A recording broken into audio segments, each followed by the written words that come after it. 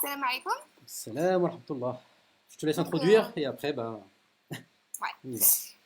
Du coup, le week-end dernier, il devait avoir lieu la RAMF et malheureusement, à cause du coronavirus et à cause du confinement, ça n'a pas pu avoir lieu. Donc, on a décidé de reporter en quelque sorte la RAMF sur Facebook avec des lives et notamment en interviewant, en discutant avec les différents intervenants qui devaient venir sur l'espace dédié à l'écologie. Et aujourd'hui, donc on est avec toi, Samir, pour nous parler de Muslim Rando Paris. C'est ça. Donc on va commencer à discuter gentiment de ton initiative, On y va. en tout cas de Muslim Rando Paris. Ok. Déjà, qu'est-ce que c'est?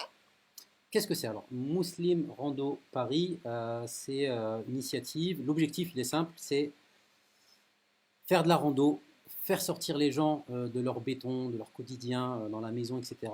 Et vraiment les reconnecter avec la nature à travers la rando.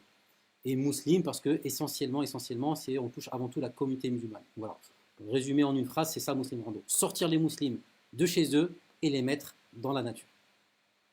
D'accord. Et du coup, tu peux nous parler un petit peu de la genèse du projet, quand et comment c'est né, ça vient d'où? D'accord. Alors, comment c'est né, etc. Je vois, il y a de plus en plus de monde, à 17 personnes. S'il y a des questions, n'hésitez pas. À la fin, on va y répondre. Alors, comment c'est né Muslim Rando? Tout a commencé déjà à Lyon. Lyon, il y avait une initiative qui était comme ça, qui s'appelait Muslim Rando Lyon. C'est les premiers à avoir lancé ce truc-là. Et après, comment est né Muslim Rando Paris? Donc, comment ça a commencé? C'est moi, j'ai commencé à aimer la rando sans savoir c'était quoi la rando, hein. J'aimais la nature, j'aimais les arbres, j'aimais la création d'Allah subhanahu wa ta'ala.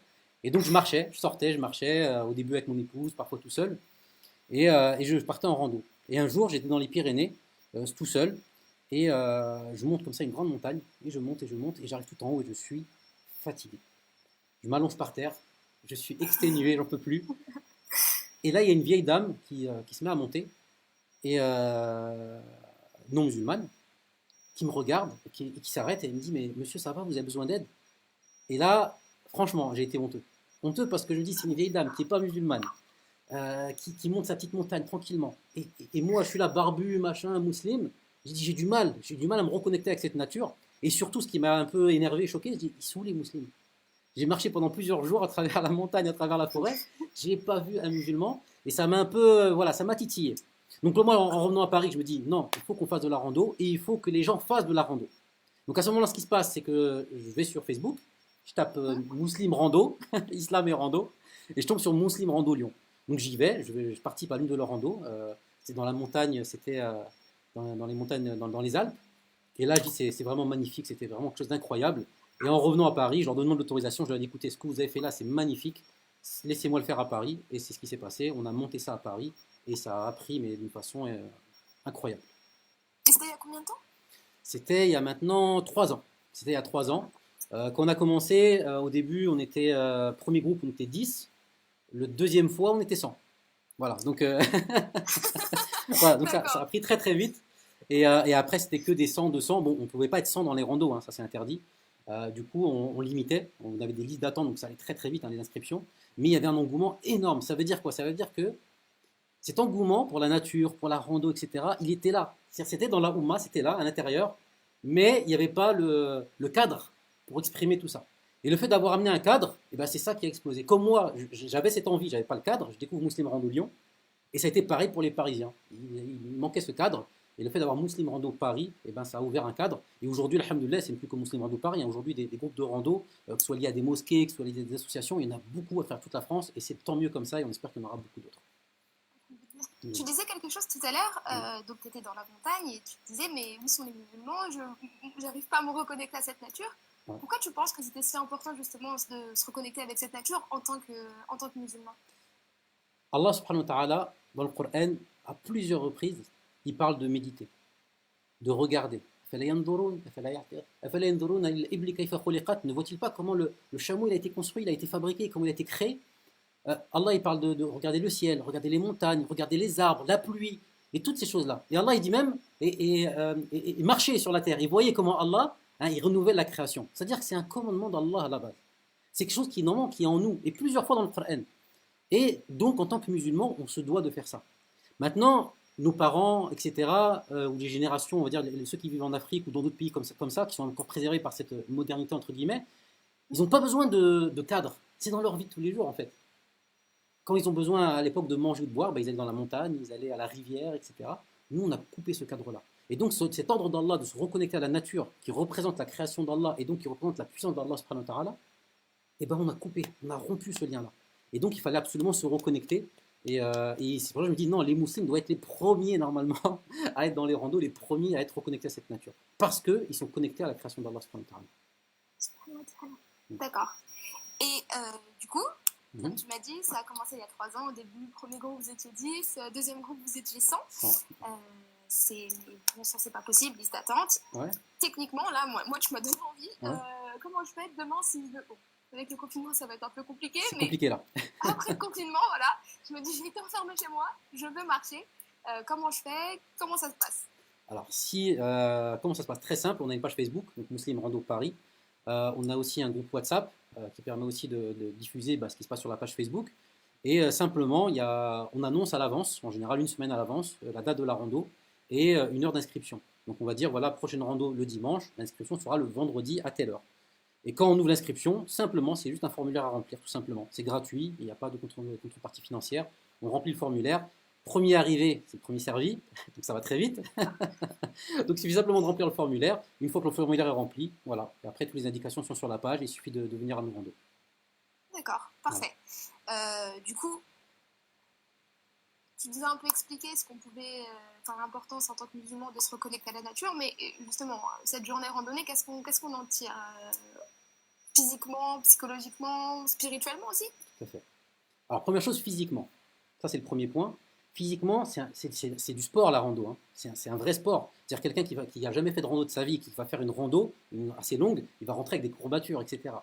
C'est un sport, donc c'est important pour l'exercice physique, mais c'est un sport qui est accessible à tout le monde. Si aujourd'hui je prends une personne qui n'est pas habituée à faire du sport ou qui est un peu malade, si on lui dit viens faire du footing, il ne pourra pas. On lui dit viens faire du football, il ne pourra pas. On lui dit viens faire un basket ou de la natation, il ne pourra pas. Par contre, si on dit à quiconque, qu'il soit jeune ou qu'il soit âgé, viens faire de la randonnée, en général, sauf cas extrême, ils pourront le faire. Donc c'est déjà une activité sportive, donc bonne pour le corps, accessible à tout le monde. En plus, elle est gratuite, ça c'est une parenthèse. Il n'y a pas à payer pour aller en forêt, pas encore. Donc c'est gratuit, donc c'est aussi un avantage. Et aussi l'énorme avantage, effectivement, en dehors du physique, c'est le spirituel. Pourquoi le spirituel? Parce qu'encore une fois, on se reconnecte avec la création d'Allah subhanahu wa ta'ala. Et on voit et on médite sur des choses qu'on ne pouvait pas voir auparavant. Quand on marche dans la nature, on commence à regarder les arbres. On commence à écouter les oiseaux. On dit c'est quoi ce dhikr? Surtout les randos longues ou les randos où on dort, c'est encore plus impressionnant parce qu'on voit que même les animaux, ils ont des heures. Comme Allah Ta'ala, il a fait que l'être humain, il a des heures, Al-Isha, Al-Maghrib, etc. C'est pareil pour les oiseaux. Al-Maghrib, c'est un vacarme. Vers l'Isha, c'est le silence total. Un peu avant le Fajr, ça revient. Et on voit, subhanallah, que même les animaux, ils ont un rythme comme nous. Et on commence à méditer et à penser. Donc ça, c'est un des autres avantages. Un autre avantage aussi dans la rando, dans la marche en général, il se passe un phénomène bizarre. Et ça, c'est musulmans, non musulmans, tous s'accordent à le dire. Quand on marche dans la nature, à un moment, le cerveau, il se met à cogiter. Il se met à penser, subhanallah. Et moi, je me rappelle, j'ai rencontré des non-musulmans et j'en posais souvent la question quand je les croisais dans mes randos, etc., surtout dans les montagnes. Je leur dis, mais pourquoi vous faites ça? Et ils me disaient, ça nous permet de faire une introspection. Et dit, quand je marche, il y a toute ma vie qui repasse, qui redéfile, et je me mets à recogiter sur plein de choses. Et j'ai même un truc qui m'a touché, il y a même un randonneur, un très grand randonneur qui fait 6 mois par année de la rando, il m'a dit, ça augmente ma spiritualité, alors qu'il n'est pas musulman. Et il dit lui-même que la randonnée m'a augmenté ma spiritualité, je me suis reconnecté avec la nature et je suis devenu plus spirituel. Et effectivement, le fait de marcher comme ça, il se passe quelque chose dans le cerveau, etc. Et c'est incroyable. Et un dernier point, je rajouterais, ça c'est plus dans le cadre groupe maintenant, et la rando aussi c'est des contacts, c'est des rencontres, c'est des échanges. Des personnes parfois ils sont à la maison, ne bougent pas. Il y en a, ils vont amener leurs parents, ils vont amener leurs frères et sœurs, ils vont amener leur famille aussi. Et donc c'est aussi un échange familial et ça permet de rencontrer du monde. D'accord. Et donc du coup, tu nous dis que c'est gratuit, qu'il ne faut pas... On s'octroie des petits... voilà, parce qu'il y en a, ils veulent y aller. Comme Karima Toukour, que je salue, que je vois aller dans le live. Voilà, c'est des gens qui, machallah, ils veulent se donner à fond. Donc parfois, effectivement, on va faire des randos un peu plus difficiles, mais très rarement. Et là, effectivement, on va limiter. Par rapport à la sécurité, on va limiter. Mais dans 99% de nos randos, c'est ouvert à tout le monde. Ouvert à tout le monde au niveau des âges. et ouvert aussi à tout le monde au niveau de la confession. Quand on dit D'accord. musulman rando, c'est pas rando pour les musulmans. C'est une rando avec une éthique islamique. Éthique islamique, c'est D'accord. quoi? C'est qu'il va y avoir des rappels au départ sur notre comportement, sur notre façon de faire. Il va y avoir la salat en jama'a, donc la prière en groupe lors des salats, etc., etc. Et cette éthique islamique, elle sied aussi à des non-musulmans. Et il y a des non-musulmans qui ont participé avec nous, il y a des non-musulmans qui sont venus avec nous, il y a des musulmans qui ne sont pas pratiquants, mais qui sont venus quand même, etc. Et ça se passe très très bien. Et le cadre islamique, ça plaît. Et il y a même des non-musulmans, ils nous ont dit, je préfère même ce cadre-là. Un cadre genre, fraternel, spirituel, ils ont préféré ce cadre-là qu'un cadre classique de randonnée où voilà, il n'y a pas vraiment de... Voilà, c'est plus une balade qu'autre chose. D'accord. D'accord. Et donc, si demain je veux me mettre à la randonnée avec Muslim Rando, Ouais. je vais sur Facebook, j'attends de voir quand est-ce qu'il y a le prochain événement. Premier arrivé, premier servi, je m'inscris et qu'importe l'âge, qu'importe la profession, qu'importe le niveau, a priori, il n'y a pas de souci. A priori, il n'y a pas de souci. C'est exactement ça. Exactement ça. Et c'est vraiment ouvert à tout le monde. Tout à fait. Et vous disiez tout à l'heure que parfois vous pouvez faire vous pouvez dormir et aussi que vous faisiez des randonnées avec un niveau un peu plus compliqué. Donc il y a des événements spéciaux. C'est ça, il y a des événements spéciaux. Il y a des randonnées déjà un peu plus compliquées. Alors notamment sur Paris, il n'y a pas beaucoup de compliqués. Le seul compliqué, c'est la forêt de Fontainebleau. Où là, c'est une randonnée très difficile. C'est comme de la haute montagne. Donc là, effectivement, ça, on laisse vraiment pour un public très spécifique. Ensuite, on fait aussi des bivouacs, c'est-à-dire qu'on va dormir dans la forêt. On le fait systématiquement tous les ramadans. Bon, ce ramadan-là, qadarallah, on ne pourra pas le faire à cause du confinement. Mais tous les ramadans, on fait ça. C'est-à-dire qu'on va marcher en journée. Bon, un parcours assez souple, parce qu'on jeûne.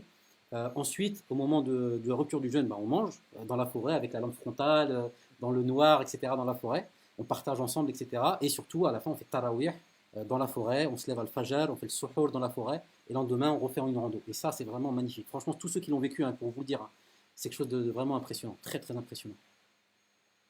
D'accord. Et du coup, dans ces week-ends bivouac, Ouais. ça m'intrigue. Comment ça se passe précisément? Alors, comment ça se passe? Au niveau de l'organisation ou au niveau même de comment ça se passe à ce moment-là? Non, parce que ça doit être long. En plus, c'est pendant Ramadan, ça doit être. C'est long. Et au début, la première fois, on l'a fait très court, justement. On a eu peur. On s'est dit, peut-être les gens vont pas tenir. Et la dernière fois où on l'a fait, le dernier Ramadan, on a fait plus long. On a fait 20 km et 20 km. 40 km, beaucoup. 20 km le premier jour, la nuit, plus 20 derrière. Et franchement, tout le monde a réussi à tenir le coup. Tout niveau confondu. Tout niveau confondu. Après, bien sûr, quand même, on a quand même filtré un minimum. Quelqu'un qui est diabétique, quelqu'un qui est malade, bien évidemment, là, on s'est assuré quand même, là, cette fois-ci, que ça allait. Mais sinon, tous ceux qui sont venus, il y avait des jeunes, il y avait des personnes un peu moins jeunes, tout le monde a tenu le coup. Et c'est ça aussi, on voit aussi, c'est aussi ça, la randonnée, c'est on pousse nos limites. Au début, on dit non, 20 km, 30 km, monter cette montagne, non, c'est pas possible. Et au final, on voit que si c'est possible, et c'est aussi ça, c'est repousser un peu ses limites et voir jusqu'où on est capable. Et une question qui me vient là comme ça, votre plus jeune randonneur et votre randonneur le plus âgé, pour voir un peu les grands écarts qu'il peut y avoir. Ouais, le plus jeune randonneur, c'est les bébés nouveau-nés, sur le porte-bébé. Donc il y en a qui font des randonnées avec leur bébé dans le porte-bébé. Tout à fait, il y en a avec les porte-bébés, etc. Donc il y en a, ils viennent avec leur bébé.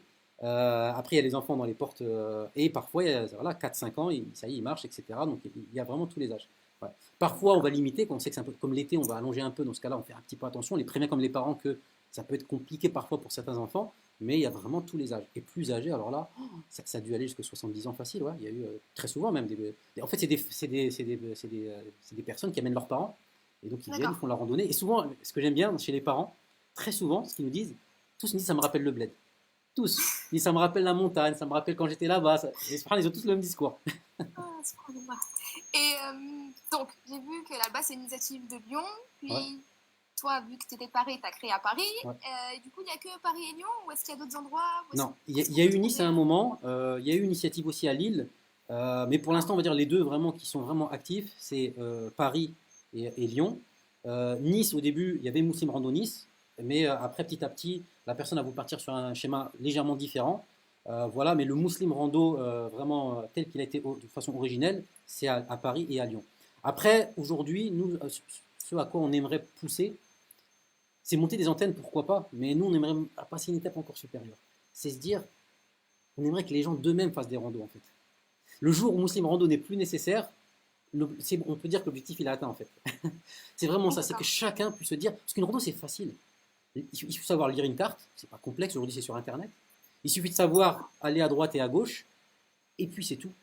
Il n'y a rien d'autre, il y a rien de compliqué. Et c'est vraiment ça, vraiment l'objectif, c'est ça. Hein, c'est vraiment que les gens puissent eux-mêmes faire la rando. Donc on aimerait, ça fait longtemps qu'on le dit qu'on va le faire, on espère cette année, Inch'Allah, qu'on mettra en place des formations. C'est-à-dire que chaque personne qui viendra avec nous, on le formerait. C'est-à-dire avant, on lui montre comment on prépare la rando, on lui montre comment on est durant la rando, pour que lui-même plus tard le fasse. Et il y en a aujourd'hui, le font, tant mieux, qui sont venus avec nous au départ, et qui aujourd'hui, ils font des randos en solo, et c'est ou en solo ou en famille, mais en tout cas, sont devenus autonomes sur la rando. Autonome. Ouais. Ok. Machallah, super. Ouais. Du coup, si par exemple, je veux monter une antenne Muslim Rando dans une autre ville, parce que j'habite ni à Lyon ni à Paris, comment je peux faire? Il faut nous contacter. Donc là, il faut contacter Muslim Rando Paris, Muslim Rando Lyon. Là, il faut d'abord participer à nos randos, voir comment nous on fonctionne. Donc parfois, il faut se déplacer. Et une fois qu'on partage la même éthique et la même valeur, et dans ce cas-là, c'est-à-dire que l'esprit Muslim Rando est là, la personne peut monter son Muslim Rando simplement en prenant exactement le même process en fait, que nous on a mis en place. D'accord. Voilà, mais sans compliquer. Ok, du coup j'ai vu qu'il y avait quelques questions sur Facebook. Je vais jeter un coup d'œil. Ok. Par rapport à l'équipement, puisqu'il y a quelqu'un qui disait d'accord c'est gratuit, mais il faut un équipement. Et alors quel équipement pour la rando basique et ensuite pour le bivouac on développera. D'accord. Alors rando classique c'est simple, des chaussures tout simplement. Quand je dis chaussures, c'est bien sûr pas des talons, voilà, pas des tongs non plus, pas des claquettes, simplement des chaussures en fait. Les randos classiques, basiques, ne nécessitent pas plus que des chaussures classiques de randonnée ou des running, c'est-à-dire des baskets tout simplement. Pas plus que ça. À part ça, rien d'autre n'est nécessaire. Voilà. D'accord. Et pour le bivouac, ça se passe comment? Pour le bivouac, là, il faut une tente. Donc il y a une tente à 19 euros à Decathlon, c'est la moins chère et c'est la meilleure je trouve. Voilà, il y a des tentes un peu plus chères, donc 19 euros. On a une tente magnifique, 2 places, on est bien à l'intérieur. Pour les plus téméraires, il y en a parmi nous. Nabil, je ne sais pas si j'ai cru voir dans le groupe, lui, lui, il est en mode bâche, il met une bâche par terre, il met une bâche en haut, il dort dehors. Ça, c'est les plus téméraires, je ne fais pas encore ça. Mais une tente, voilà, ça coûte pas cher, ça se monte très rapidement. Et à part une tente, rien d'autre, hein, c'est tout. Hein. Une lampe pour la nuit, et c'est tout. Et c'est ça qui vient avec la rando, on n'a pas besoin de grand chose. Après oui, c'est vrai que les randos, quand on va partir pour faire une rando en haute montagne, etc., oui, là il faudra des équipements bien spécifiques.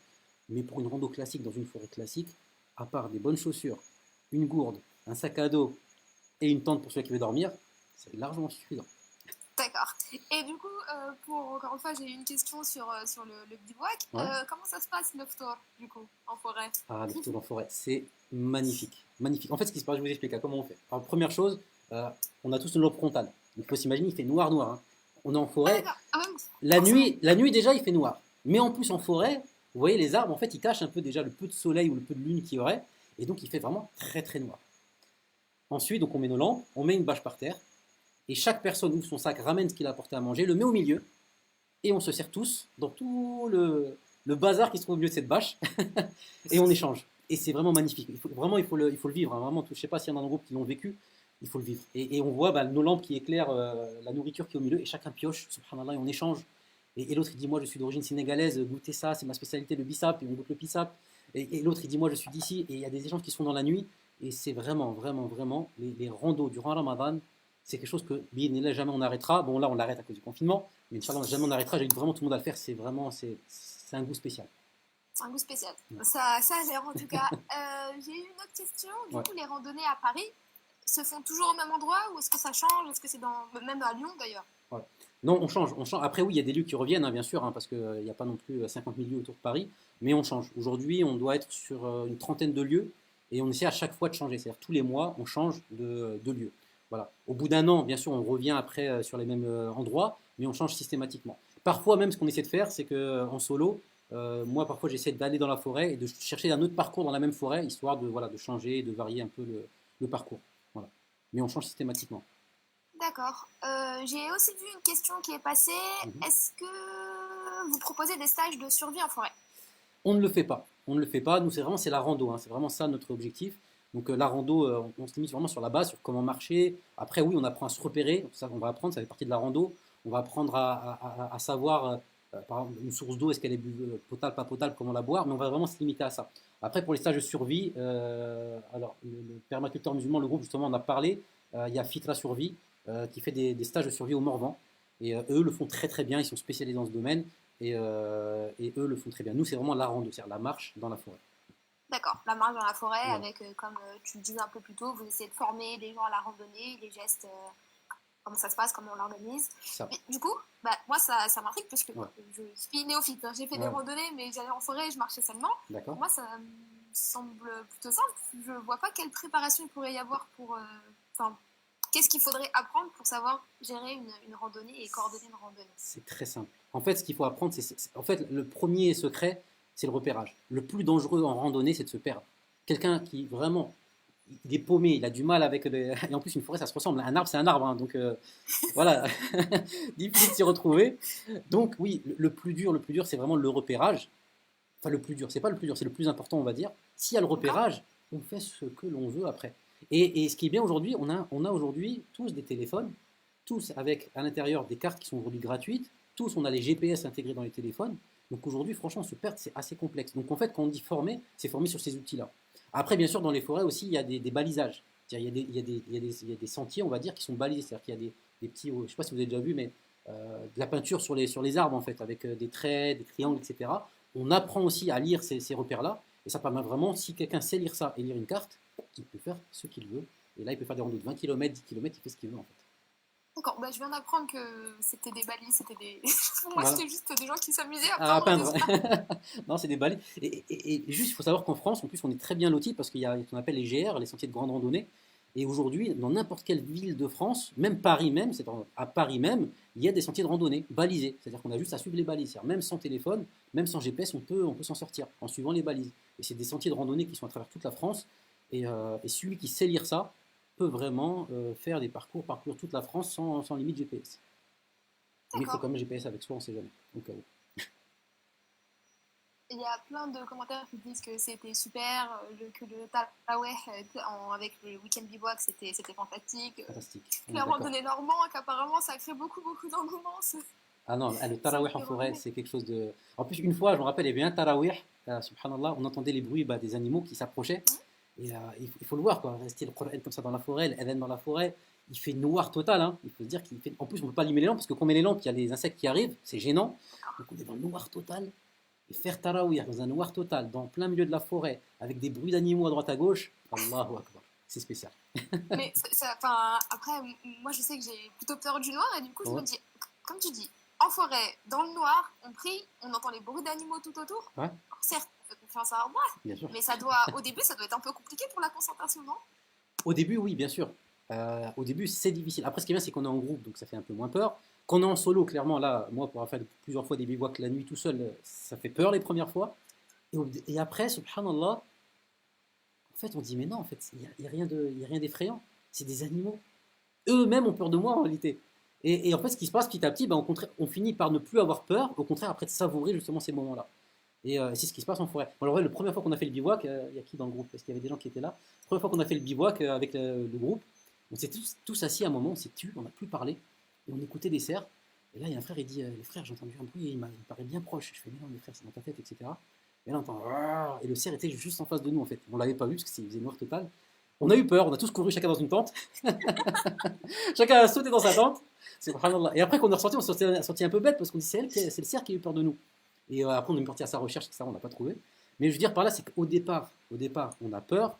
Et après, cette peur part pour laisser place justement au fait de profiter. Et comme le dit le frère Mohamed Khalil que je vois là, il dit ça nous apprend la notion de tawakkul. C'est exactement ça. Au début, il y a une crainte. Au début, la première fois, vraiment, ça peut être une vraie crainte. Hein. Entendre des bruits comme ça la nuit, c'est effrayant. Voir des ombres, etc., c'est très effrayant. Ah oui, Et, non, et on apprend le tawakkul. Et le tawakkul, tout doucement, et à la fin, on n'a plus peur. Et limite, à la fin, on pourrait se promener même sans lampe, comme ça dans la forêt, ça ne nous fait plus peur du tout, parce qu'on sait que Allah subhanahu wa ta'ala est derrière et que avoir peur du noir, c'est pas effrayant normalement. après, ça doit être un peu plus compliqué pour se repérer Voilà. dans le noir. Ok, je vais encore un petit coup d'œil pour voir si on a des questions. Ah, on a une question. Il n'y a jamais eu de problème avec des sangliers ou des cerfs. Bah, du coup, Ouais. tu nous as raconté pour le cerf et pour le sanglier, Le parce que je pense que sanglier. c'est un peu plus dangereux que, en tout cas, moi, de ce que je sais, faut se méfier des sangliers. C'est pas dangereux du tout. Ça, c'est une légende. Non? Jamais il y a eu un seul mort ou blessé par un sanglier. Ça n'existe pas. Donc, D'accord. le sanglier n'est pas dangereux. Il est dangereux si, effectivement, on voit les enfants du sanglier qui sont là et qu'on s'approche d'eux et on commence à les toucher, à les titiller. Oui, là, il faut avoir peur. Par contre, non, jamais on a eu, dans le monde entier, un randonneur tué ou blessé par un sanglier. Ça n'existe pas. Donc, il ne fait pas peur au sanglier.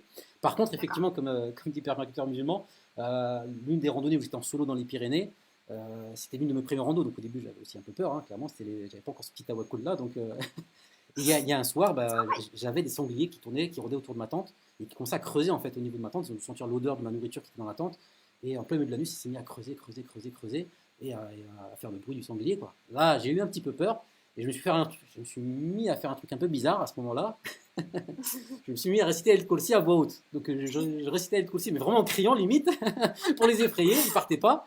À la fin, je me mettais à hurler, ils partaient toujours pas. Et après, je me suis dit, bon, il est 2 h du mat, le lendemain, je me lève à Fajr, je me suis rallongé, je me suis endormi avec le bruit des sangliers.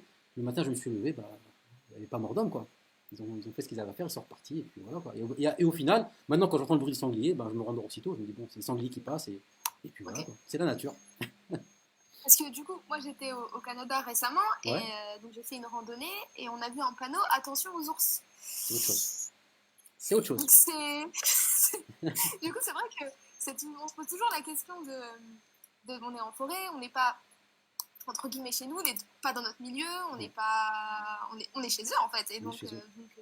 c'est vrai que ça peut faire peur de se dire qu'on y va, la nuit, pas de lumière, on pose nos tentes et. Bon, après, ça ouais, cool, comme tu dis, Ouais. mais Mais, ça se travaille. mais tu as dit un truc très très important, on est chez eux. Tant qu'on a compris ça, qu'on est chez eux, l'animal jamais ne viendra nous... Même un ours en réalité, même un ours, même ça peut être plus... Bon, un ours clairement c'est plus dangereux qu'un sanglier, hein, clairement. Il y a eu des blessés, etc., voire des morts avec les ours. Donc on ne va pas non plus dire que c'est pas dangereux. Mais si on respecte l'habitat de l'animal, si on respecte son intimité, si on respecte sa tranquillité, jamais, jamais, jamais un animal viendra attaquer. Le seul animal qui attaque bêtement et méchamment, c'est l'homme. C'est le seul qui attaque bêtement, on ne sait pas pourquoi il va attaquer des gens. Mais un animal de base n'ira jamais attaquer bêtement, jamais. Donc c'est pour ça il faut se tranquilliser là-dessus. Moi j'ai eu plein d'histoires, une fois c'était un taureau par exemple. Je suis tombé sur un taureau en plein milieu d'un chemin. D'un côté c'était un ravin, d'un côté c'est la montagne, donc je pouvais pas... Et derrière j'avais au moins je crois 30 km avant de voir un premier village. Je ne vais pas faire demi-tour. Et là j'ai pris peur aussi, je fais comment je fais. Et il y avait les veaux, etc. Et les vaches qui avaient pris peur, eux partaient sur les côtés, et le taureau lui restait en plein milieu, et il bougeait pas. Et là, je me dis, subhanallah, comment je fais? Et là, je me suis posé la question, je dis, est-ce que je fais demi-tour? Et à un moment, j'ai essayé un truc, je dis, tant pis, je vais avance.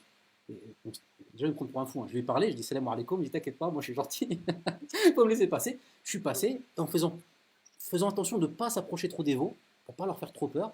Et j'ai frôlé donc le taureau, et ben il n'a rien fait, il m'a regardé passer. Il s'est retourné pour bien s'assurer que je suis bien parti, et il m'a laissé passer. Par contre, si je serais venu avec mes bâtons en train de crier, ah, ou hurler, ou je me serais approché de ces veaux, ils m'auraient attaqué certainement même. Donc c'est ça en fait, il faut respecter l'animal. On respecte l'animal, il nous fera rien. Lui, il va être tranquille, l'animal. Il a peur de nous, à la base. C'est vraiment la règle, respecter, on est chez eux. Et du coup, avec ces randonnées, est-ce qu'on apprend où s'installer, à faire attention qu'on n'est pas, je sais pas, peut-être sur là où il dort, ou là où il mange. Enfin, est-ce Mm. qu'on apprend à repérer ce genre de choses pour justement respecter l'habitat de l'animal? Ouais, alors on ne l'apprend pas vraiment, pourquoi? Parce que nous, nos randos, c'est essentiellement sur Paris, et on fait très peu de hors-piste. Et en fait, c'est simple, D'accord. la règle, elle est très simple. La personne qui reste sur les sentiers ne gênera pas l'animal. Si on commence à sortir des sentiers et à rentrer dans des zones interdites, là où il y a même des zones, sur Paris par contre on en voit beaucoup, c'est des zones effectivement où c'est des réserves biologiques. Là en fait c'est des réserves biologiques et là c'est interdit pour l'être humain d'entrer. En fait c'est des zones de forêt où l'être humain n'y touche pas du tout, même les gardes forestiers ne touchent pas.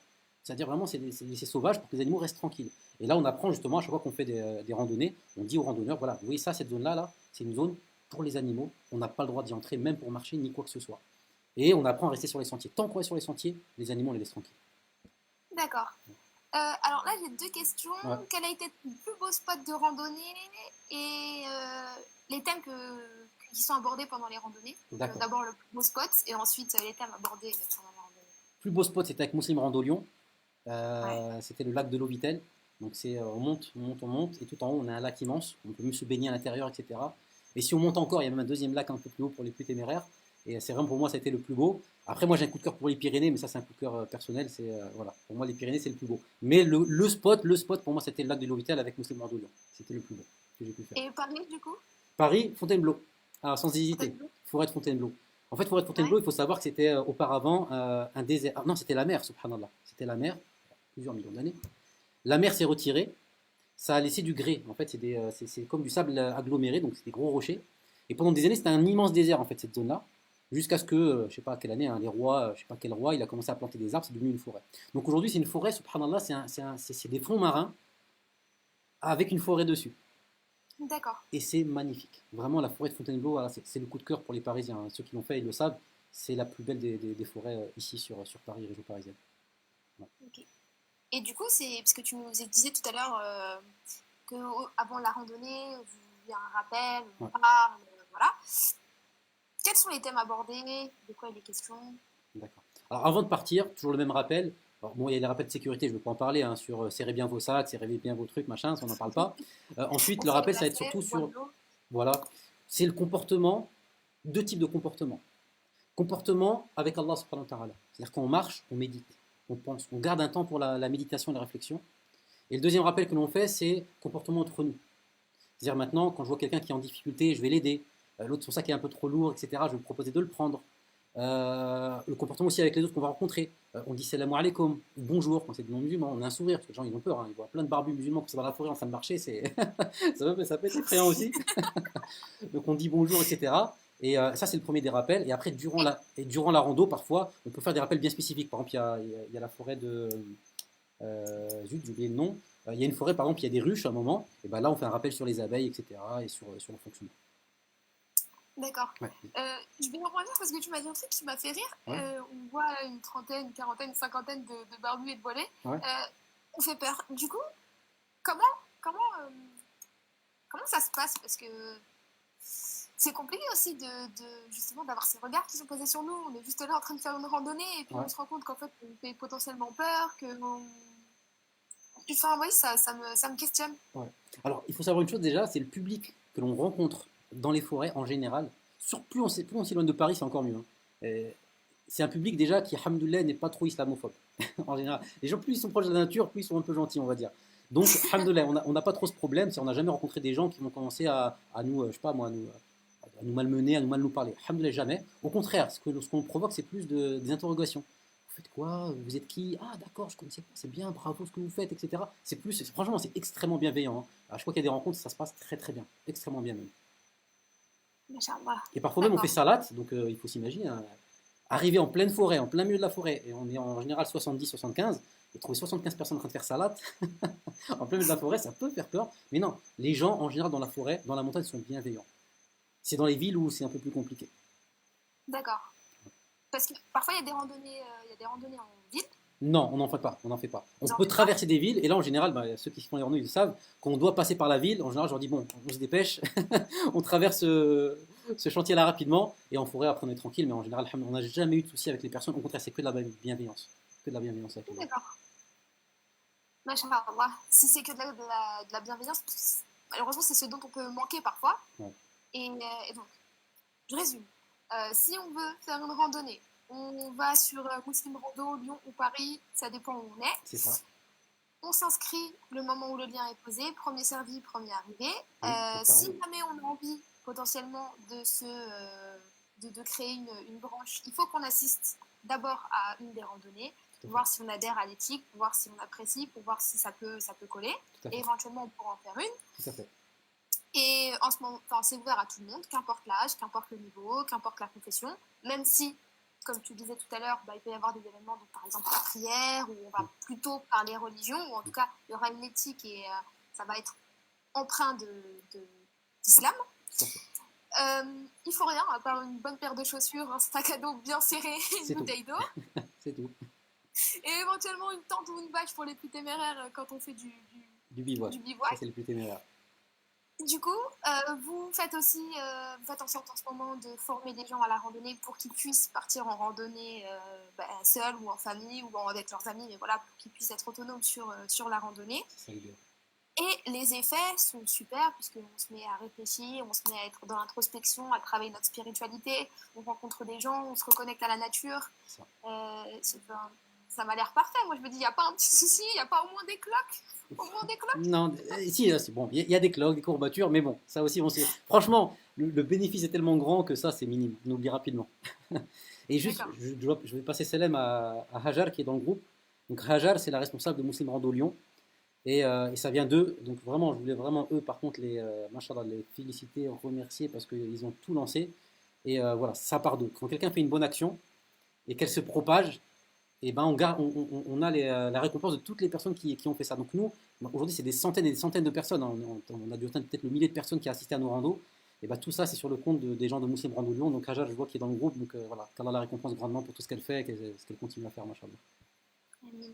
Amin. Et qu'Allah te récompense toi aussi pour ce que tu fais, pour ce que tu fais sur Paris et pour avoir accepté de nous parler aujourd'hui et de nous faire cet éloge. Je vois des commentaires encore. Ouais. Les gens ont juste hâte qu'il y ait des musulmans rando Lille, que ça Inch'Allah. reprenne à Lyon, que ça reprenne à Paris. Inch'Allah. C'est vraiment, il y a l'air d'avoir une vraie effervescence sur la randonnée et Ouais.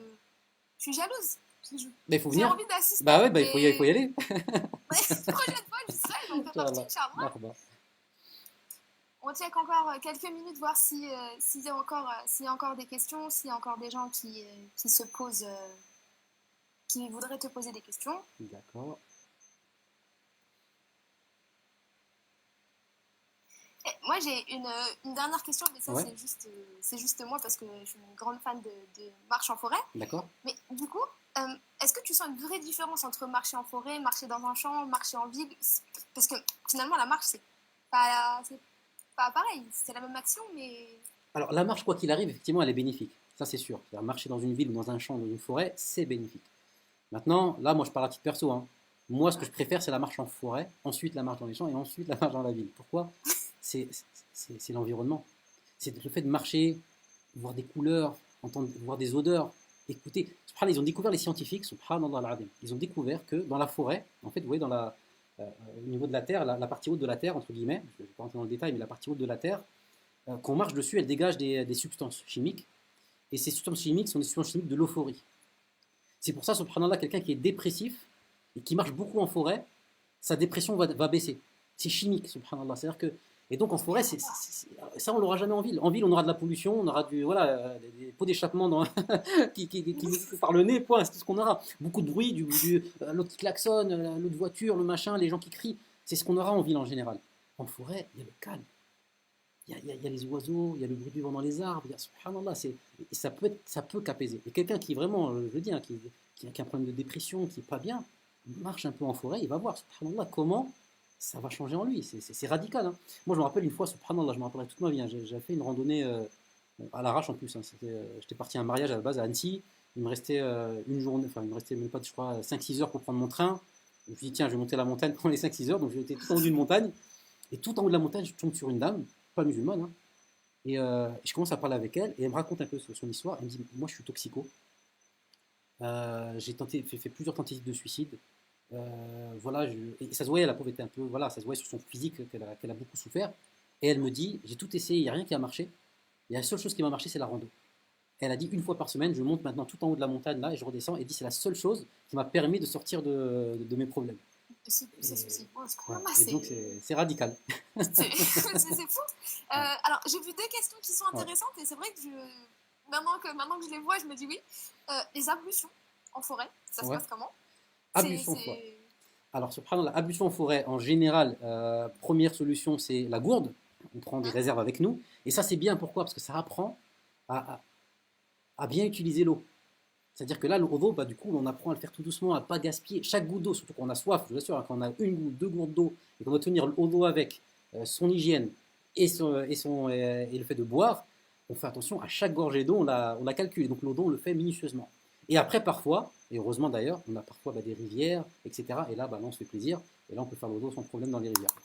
Mais techniquement, même au bord d'une rivière, faut faire attention. Pour les ablutions, pourquoi? Il faut être le plus économe. Ah oui, bien sûr, ah non, on est d'accord, oui, bien sûr, je termine dans la rivière, bien évidemment. Mais on n'est pas en mode, parce que là, qu'est-ce qui se passe? Moi, quand on est tous, quand vraiment je parle des randos longues, je parle pas des randos courtes, on est en mode vraiment, c'est-à-dire qu'on va mettre une petite goutte d'eau, on va le faire qu'une fois, on va pas le faire en 3 fois. Pourquoi? Parce qu'il faut vraiment pas gaspiller l'eau au maximum. Donc c'est dans ce D'accord. sens-là où je dis on va vraiment faire attention. Et quand on a une rivière, bah là, on se nettoie, on a passé une journée un peu sale, donc Oui, on en profite un peu. C'est une rahma, vraiment, hein. Là aussi, on voit le d'accord. bienfait de l'eau, subhanallah. Subhanallah. C'est dans ces moments-là qu'on se rend compte à quel point c'est des denrées précieuses. Aujourd'hui, on ouvre le robinet, on a de l'eau qui coule, et en fait, quand on est en forêt et qu'on a soif, et comme tu dis, il y a les ablutions, il y a l'hygiène, même se rafraîchir, Ouais, c'est l'importance de l'eau, subhanallah, c'est on incroyable, néglige. tout à fait. Et du coup, alors je vois 75 personnes à chaque randonnée, c'est beaucoup. Ouais. J'ai déjà fait des randonnées juste avec mes petits cousins, ils étaient 6 ou 7, je savais pas où mettre, comment les Ouais, tenir et voilà, où avoir la tête, mais 75 personnes, même si c'est des adultes, ouais. ça peut être compliqué de tous se suivre, de pas se perdre, de s'organiser, enfin, au Alors, niveau de l'organisation, ça se passe comment? Alors pour les 75 personnes, c'est vraiment Muslim Ordo Paris, hein. Sinon, les Parisiens, on aime bien, machallah, on est à fond. Les Lyonnais, machallah, ils sont plus en petit comité, etc. Ça se passe, machallah, c'est plus calme et apaisé. Nous, les Parisiens, malheureusement, on est, tant mieux, je sais pas, on est, on est plus speed. Donc effectivement, 75, c'est beaucoup. Mais, alhamdoulilah, à Muslim Ordo, on a une belle équipe. On est une vingtaine de bénévoles. Et il y en a beaucoup, là, je les vois, machallah, en commentaire. Et c'est eux qui encadrent. Et alhamdoulilah, ça se passe très très bien. Alors, comment ça se passe? Il y a une personne qui est tout devant. C'est lui qui ouvre la marche, personne ne le dépasse. Lui, c'est le guide. Il permet que personne ne se perde. Il y a une personne qui va être à la fin. Lui, D'accord. personne n'est derrière lui. Lui, il s'assure qu'on n'a perdu personne. Et on a tous des talkie-walkie. Et on est éparpillés, le reste de l'équipe est éparpillé dans le groupe.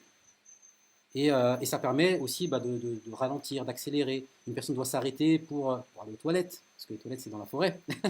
Donc, voilà. Donc, coup de talkie, on s'arrête. Quelqu'un a un petit bobo, on s'arrête. Et ça permet vraiment, le fait que ce soit encadré comme ça par plusieurs personnes, début, fin et au milieu, et ben les gens sont apaisés, ils marchent naturellement en fait. Ils ne se sont pas souciés de c'est à droite, c'est à gauche, etc. Et alhamdoulilah, ça se passe très bien, très très bien même. D'accord.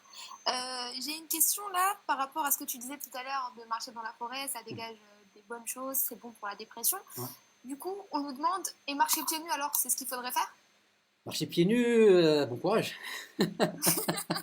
Ah, celui-là qui arrive à marcher pieds nus dans la forêt, machallah, ça existe. C'est compliqué parce qu'il y a des cailloux.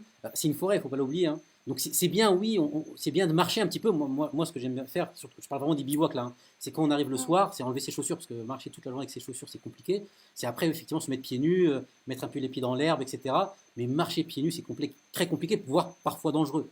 Il peut y avoir des copeaux de bois, il peut y avoir des cailloux, etc. Ça peut être accessoirement dangereux. Mais effectivement, prendre une pause et pendant la pause, bah, mettre ses pieds dans la nature, c'est magnifique par contre, il faut le faire.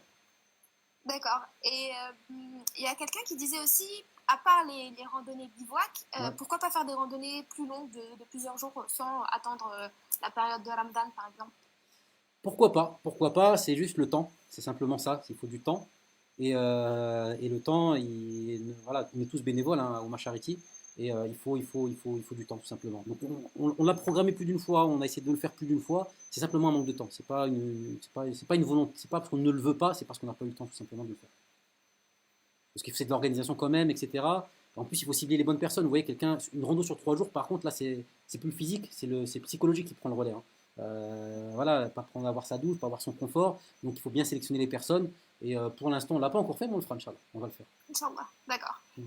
Alors, la personne qui m'avait écrit, donc c'est Permaculteur Musulman qui avait écrit par rapport à marcher pieds nus, il a reformulé sa question, et sa question c'est de savoir si, je vais citer, pour pas me faire disputer, Ouais. est-ce qu'on aura les bienfaits de la marche sur la terre alors qu'on a des chaussures? Waouh.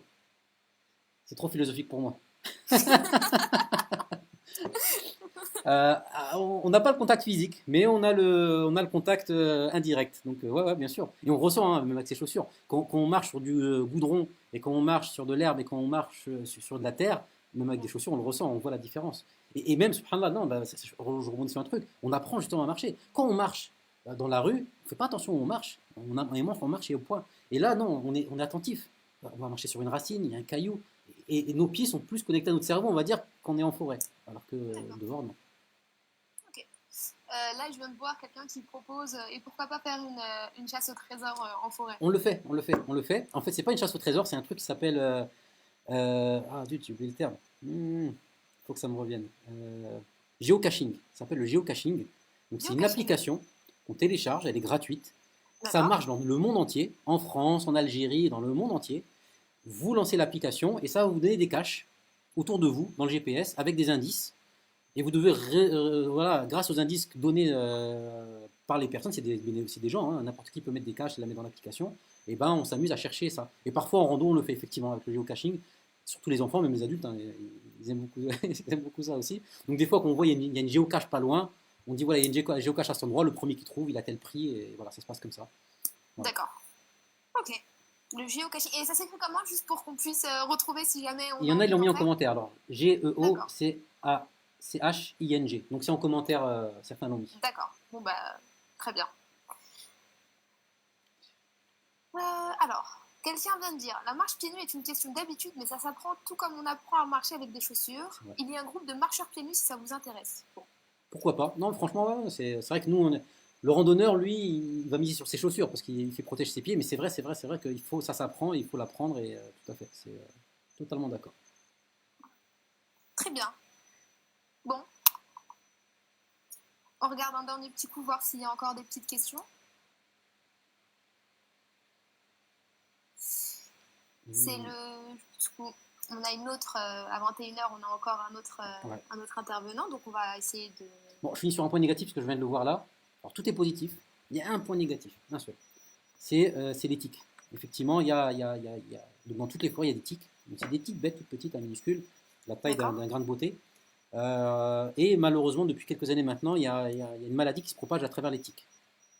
Vous Euh, allez Lyme, non? c'est ça, exactement. On a des Lyme, qui a commencé aux États-Unis, qui s'est propagé et qui est aujourd'hui en France. Pas trop dans le sud de la France, mais beaucoup dans nos régions à nous, c'est-à-dire les régions parisiennes, etc. Et on va dire c'est le seul côté un peu négatif. Donc parfois, c'est pour ça que quand le printemps et l'été arrivent, on donne systématiquement les consignes. Il faut juste simplement randonner avec des manches longues, avec les pantalons jusqu'en bas, et le soir en rentrant, simplement se checker, et s'il y a une tique, bah, la retirer. Si on la retire dans les 24 heures, il n'y a aucun risque. Si on la laisse, là, ça peut être un peu dangereux. Voilà, donc ça c'est le côté négatif de nos randonnées en région parisienne particulièrement. D'accord. Voilà. Donc, je résume. Avoir les manches bien couvertes jusqu'en bas des chevilles, et quand on arrive chez nous, on vérifie parce que la tique peut s'accrocher aux vêtements, c'est ça? Non, non, pas aux vêtements. Elle monte sur les vêtements et elle va se dans la peau. Elle va se rentrer dans D'accord. la Donc peau. à travers le vêtement, elle peut atteindre la peau. Non, elle passe sous la peau. C'est pour ça qu'il faut avoir les manches longues. En fait, elle va passer sous le vêtement. Elle peut pas passer Ah, le vêtement. Elle passe sous le ok. vêtement. Elle va remonter un petit peu. Et quand elle trouve un coin qui lui plaît, elle va piquer. Donc il y a juste D'accord. l'arrière de son corps qui va ressortir. Et simplement, bah, quand on la voit, il y a une pince à épiler ou un tire-tique. La pharmacie le fait. Hein. On tire, on l'enlève, on la jette et puis voilà. Il n'y a pas de danger. Voilà. D'accord. Donc en fait, il ne faut pas juste que ce soit long, il faut aussi que ce soit potentiellement un peu serré pour pas que Tout, ça rentre. tout à fait, voilà, il ne faut pas que ça rentre. Voilà. Donc c'est le D'accord. côté négatif, mais il ne faut pas que ça nous effraie, c'est important. Je connais des gens qui disent ouais mais j'ai peur des tiques, il ne faut pas que ça nous effraie, c'est pas quelque chose de... Voilà, des tiques, moi la dernière fois que je me suis fait piquer c'était il y a un mois, je suis sorti en forêt, bah oui je me suis fait piquer, pourtant je suis sorti courir hein, pendant le confinement, je me suis fait piquer, je l'ai retiré et puis voilà, il n'y a pas mort d'homme. Donc voilà, il faut juste être vigilant, c'est tout, hein, c'est pas quelque chose de... Il ne faut pas que ça nous empêche de profiter de tous ces bienfaits-là qui sont autour de nous. D'accord. Voilà. On a une petite question aussi, c'est comment on évalue, comment on sélectionne un chemin de randonnée. Alors comment on évalue, comment on sélectionne? Première chose, on commence toujours avec des cartes. Notamment les cartes IGN. C'est-à-dire c'est des cartes où on voit la topographie. On va voir les montées, les descentes, on voit aussi les sentiers interdits, pas interdits, etc. Donc on commence déjà, première chose, trouver des sentiers. Comme j'ai dit, il ne faut pas faire du hors-piste, jamais. Ça peut être dangereux, c'est pas bon pour la nature, c'est pas bon pour les animaux, donc on reste sur les sentiers. Donc on commence à repérer les sentiers sur la carte. Ensuite, grâce au relevé topographique, mais là c'est un peu compliqué à expliquer, en fait c'est des petits, un petit schéma, hein. Oui, c'est des petits traits comme ça, des lignes topographiques qu'on voit sur les cartes. Et en fait, chaque D'accord. ligne, c'est une altitude. Ça veut dire que si je marche de là à là, je vais monter. Si je marche de là à là, je vais descendre. Si je marche comme D'accord. ça, je serai sur du plat. Et donc, on apprend à lire les lignes et se dire, bah voilà, selon notre rando, comment on veut la faire. Parfois, on va faire un peu de montée. Parfois, on se dit, bon, là, il faudra du plat. Voilà, on l'a fait selon le public. Nous, dans Muslim Rando, on essaye de faire du plat en général. Et de temps en temps, finir ou commencer, ou les deux, par une belle montée, une belle descente pour donner un peu de rythme dans la rando. D'accord. Et vous aussi, là, j'y pense, mais ça dure combien de temps à peu près une randonnée? On part à quelle heure ou on rentre à quelle heure à peu D'accord. près? Alors, nous, Muslim Rando Paris, les randos qu'on fait, l'hiver, ça va durer, en général, on commence vers 9 heures, on va terminer vers les coups de 16 heures. Ça, c'est D'accord. l'hiver. L'été, on les allonge un peu. L'été, on va plus commencer vers 10 heures, on va commencer un peu plus tard. Par contre, on va peut-être faire une nuit vers 18 heures à peu près. Donc voilà, à peu près 8 heures, entre 6 et 8 heures. Voilà, Ok, grosso on essaye modo. de rester dans le soleil en fait. Exactement, dans le soleil. Donc Ok. les gens après, en plus comme nous on est sur Paris, les gens après il faut qu'ils repartent sur Paris, reprennent les transports ou reprennent leur voiture. Donc voilà, on essaye vraiment de garder un temps par rapport au Maroc. Ok. Dernier check pour voir s'il y a des petites questions.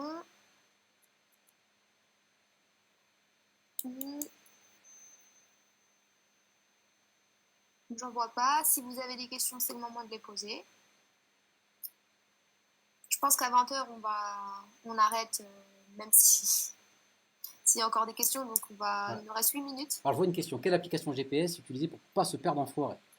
Il y en a plusieurs. Les deux plus connus, c'est Visorando, View Ranger. View comme D'accord. en anglais, View Ranger et Visorando, c'est vraiment les deux. Moi je préfère View Ranger, maintenant certains préfèrent Visorando. C'est un GPS pour randonneurs. C'est vraiment comme un GPS, c'est tourne à droite, tourne à gauche, etc. Et on suit bêtement et c'est pas mal. Donc, et c'est gratuit, donc pas hésiter. Tu peux les répéter? View Ranger ou... View Ranger ou Visorando. D'accord. V-I-S-O, Rando, et View Ranger, V-I-E-W, R-A-N-G-E-R. Très bien.